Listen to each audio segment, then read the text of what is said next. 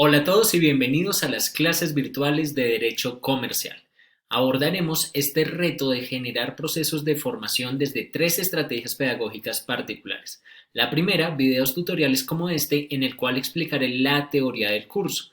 El objetivo es que usted, en sus propios tiempos y a su propio ritmo, tenga la posibilidad de abordar la teoría planteada para cada una de las sesiones. En segundo lugar, tendremos talleres, quizzes virtuales, entre otras actividades de formación para que usted practique los temas referentes a la teoría.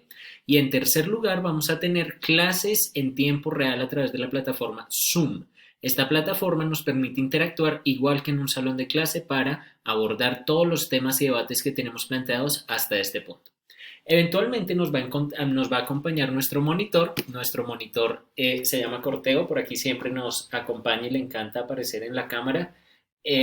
Corteo, digamos, va a ser quien nos acompañe en este proceso de formación virtual muy particular que tendremos que abordar. Y en esta primera ocasión vamos a tener la oportunidad de hacer un resumen de todos los temas del primer corte que tenemos planteados hasta este punto. Siendo así, vamos a arrancar planteando y recordando el debate en torno al derecho comercial y las relaciones que él aborda, las herramientas que aborda y los sujetos con los cuales los hace. Recordemos entonces, el derecho comercial tiene como objetivo regular el mercado como una relación de sujetos y entramado de posibilidades para generar diferentes relaciones de intercambio. En el mercado aparecen dos sujetos fundamentales. Por una parte, que encuentran en este lugar son los comerciantes. Los comerciantes los analizamos desde diferentes perspectivas, al tiempo de también los consumidores. Estos son los sujetos que planteamos como fundamentales para abordar las relaciones de mercado. Abordando entonces a los comerciantes, tenemos que los comerciantes tienen una responsabilidad de una manera bastante particular de delimitarse, que es a través de los actos de comercio. Recuerden ustedes que en derecho comercial casi todo es una característica de mercado, lo cual está establecido en el artículo 20 del Código de Comercio. Todo lo que sucede en la vida real, todo lo que sucede es parte del derecho comercial, salvo unas excepciones específicas que analizamos en su momento durante las clases. Básicamente, 5 excepciones. Estas excepciones están en primer lugar determinadas por los artículos que se compran para temas domésticos, en segundo lugar para artistas, producción de obras de arte, en tercer lugar para el Estado, en cuarto lugar recordarán ustedes para agricultores y ganaderos, aunque aquí lo vamos a decir simplemente agricultores, y en quinto lugar nuestras profesiones, que son las profesiones liberales, aquellas en las cuales prima el intelecto sobre la mano de obra. ¿Recuerdan que ustedes son profesión liberal a pesar de trabajar para un comerciante al ser administradores? Claro, porque la relación con el comerciante puede ser comercial, pero usted sigue siendo un profesional liberal. Estas características se deben complementar con la lógica de relacionar al comerciante con el consumidor. No es posible pensar que el comerciante está por un lado y el consumidor por el otro, pues tienen relaciones simbióticas dentro del mercado. Así, el consumidor lo establecimos o lo categorizamos en 5 elementos fundamentales. De arriba hacia abajo o del más sofisticado al más simple, tenemos en primer lugar los consumidores expertos, aquellos que están casi al mismo nivel de los comerciantes porque conocen los detalles. En segundo lugar, tenemos a los consumidores racionales. Los consumidores racionales, recuerde, son los que leen la letra grande y la letra pequeña. No solamente se centran en las promociones grandes, sino que van a leer la fecha de vencimiento de los productos. De alguna u otra manera se informan sobre el mercado. Tenemos en tercer lugar al consumidor medio, ese que va a determinar que no lee la letra pequeña, pero sí la letra grande, cree en el consumidor de buena fe, en el comerciante de buena fe. En cuarto lugar está el descuidado, que ahí estoy yo según todos los ejemplos que vimos en clase, ese consumidor descuidado que se deja influenciar por el contexto, que compra de manera rápida y permanente sin detenerse a reflexionar mucho. Y en quinto lugar tenemos al consumidor ignorante, los ejemplos que vimos de la persona que cree que los comerciales de televisión son perfectamente plausibles y válidos apenas se nos presentan. No obstante, no hay que confundir al consumidor ignorante con el inframundo, que no tiene protección. El inframundo son aquellos sujetos que van más allá de la lógica común. Son esos sujetos que creen que la garantía se les aplica si dañan eventualmente el televisor o los que creen que Red Bull les da alas. Sin duda alguna, Red Bull no les da alas y Red Bull se plantea como comerciales en dibujitos animados que es difícil de caer en este tipo de trampas. No obstante, la categoría de consumidores debe protegerse desde el consumidor medio y sin duda alguna tenemos que tener en cuenta las características de las edades. Lo que para alguno puede ser un engaño, para otro no. Por lo tanto, analizamos a los consumidores desde sus generaciones. Recuerden que los consumidores tienen la posibilidad de interactuar, pero esa interacción no es igual según la edad. Y las generaciones las dividimos según lo que sucedió en el siglo XX o las características sociales del siglo XX. Estas generaciones las dividimos desde 1920, cuando nacen de 1920 a 1940, cuando tenemos una primera generación que aún interactúa en el mercado y los denominamos los silent o los niños de la posguerra, aquellos que compran lo básico para cada día, los que no hacen grandes mercados, sino que tienen bastantes características de consumos inmediatos. En segundo lugar están los baby boomers, que la mayoría de ellos son nuestros papás, aquellos que querían cambiar el mundo a través del movimiento hippie y todo esto, pero no lo pudieron hacer, y no lo pudieron hacer porque tuvieron que refugiarse en la casa, porque los que manejaban el poder eran la generación silent o por encima de ellos. En tercer lugar están los adictos al trabajo. Los adictos al trabajo, que no queremos mucho, son bastante extraños porque todo es competencia. Quieren competir y competir y competir para efectos de ser jefes, aunque no siempre lo pueden ser. Los workaholic. En cuarto lugar están los geniales millennials, esos que nacen más o menos entre el 80, 82 y el 80, el 97. Son personas que crecieron creyendo que eran el centro del mundo y son grandes consumidores hoy en día. Y finalmente están los centennials, donde su preocupación es el medio ambiente. Eso parece un arbolito, aunque no estoy tan seguro, pero es el medio ambiente y todas las causas sociales actuales.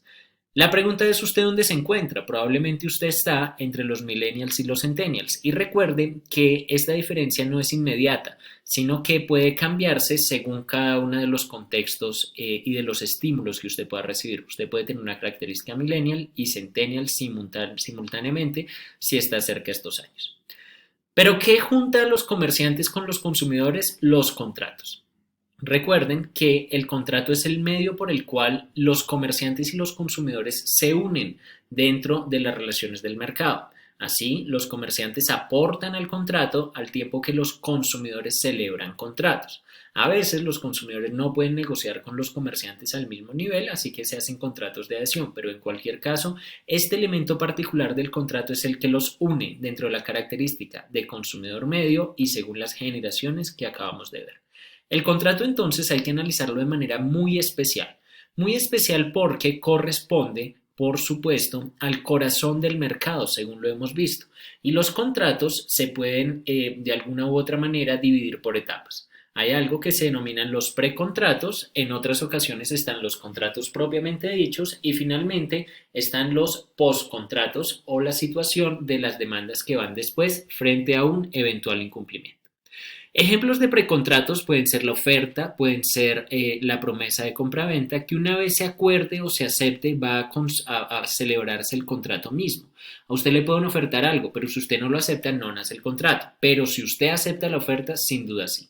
Lo postcontractual lo vamos a ver al final de este corte en particular. Veamos entonces los contratos. Cuando tenemos los contratos, vamos a tener la característica o vamos a tener que analizar dos tipos de requisitos. Unos requisitos que son para que nazca la vida jurídica y otros que son para que tenga plenos efectos. Los requisitos para que nazca la vida jurídica son los requisitos de existencia y para que tenga plenos efectos son los requisitos de validez.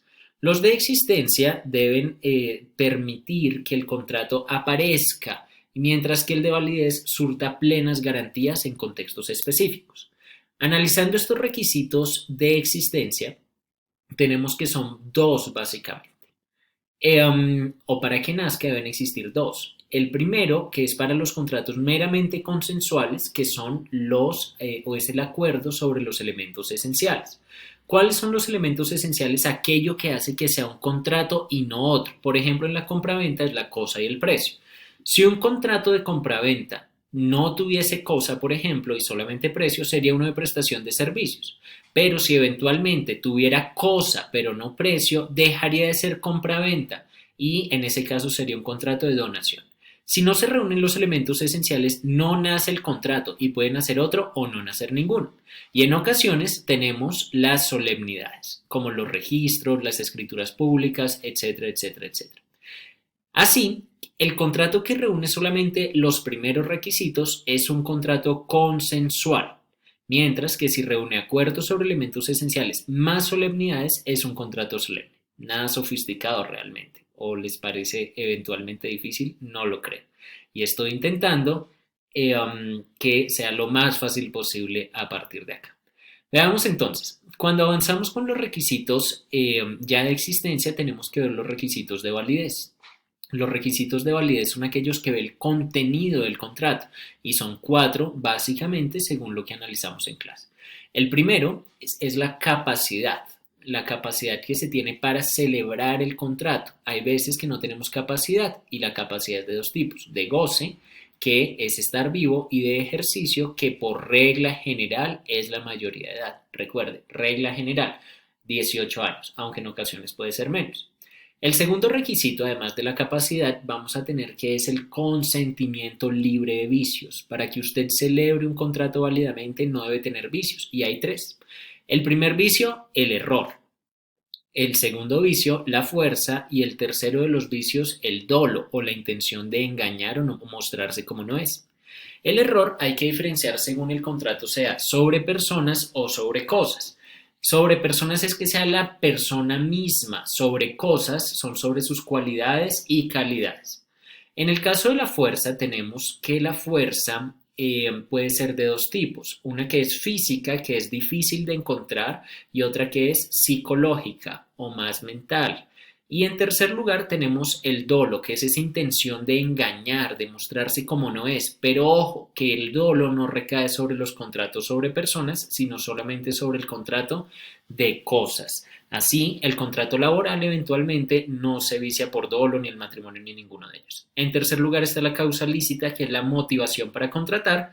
Y en cuarto y último lugar tenemos el objeto lícito, que fueron los ejemplos de la venta de órganos que vimos en clase, que no se pueden o no serían válidamente avalados por el derecho. Siendo así, los requisitos de validez nos permiten entender la lógica particular de nuestros contratos y estamos de esta manera listos y preparados para arrancar el reto de nuestro segundo corte. La idea es que con fundamento en este primer corte comprendamos básicamente y de manera muy concreta que el derecho mercantil o el derecho comercial regula el mercado. En el mercado hay unos comerciantes y unos consumidores.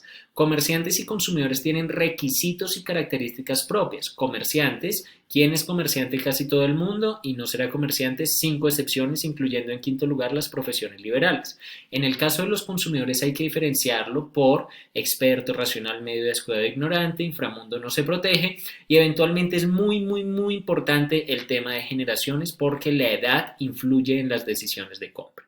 Estas personas, comerciantes y consumidores, se unen en el corazón del mercado, que es el contrato. El contrato hay unas características precontractuales, contractuales y postcontractuales, que serán las que veamos en el tercer corte. Ese tercer corte, digamos, vamos a ver todo lo que son acciones y demandas, pero todavía hay que profundizar en lo precontractual y lo contractual. En el caso del contrato, el contrato tiene 2 requisitos, unos para que exista y otros para que surta plenos efectos. Para que exista, si es consensual, solamente un acuerdo sobre elementos esenciales, y si es solemne, súmele a esos solemnidades. Y en el caso de la validez necesitamos, mal o bien, 4 requisitos. Capacidad de ejercicio en la mayoría de los casos, aunque la de goce también es obvio que debe aparecer. Consentimiento libre de vicios, donde el dolo no aplica para los contratos sobre personas. Causa lícita y objeto lícito, que fue el parcial de su primer corte.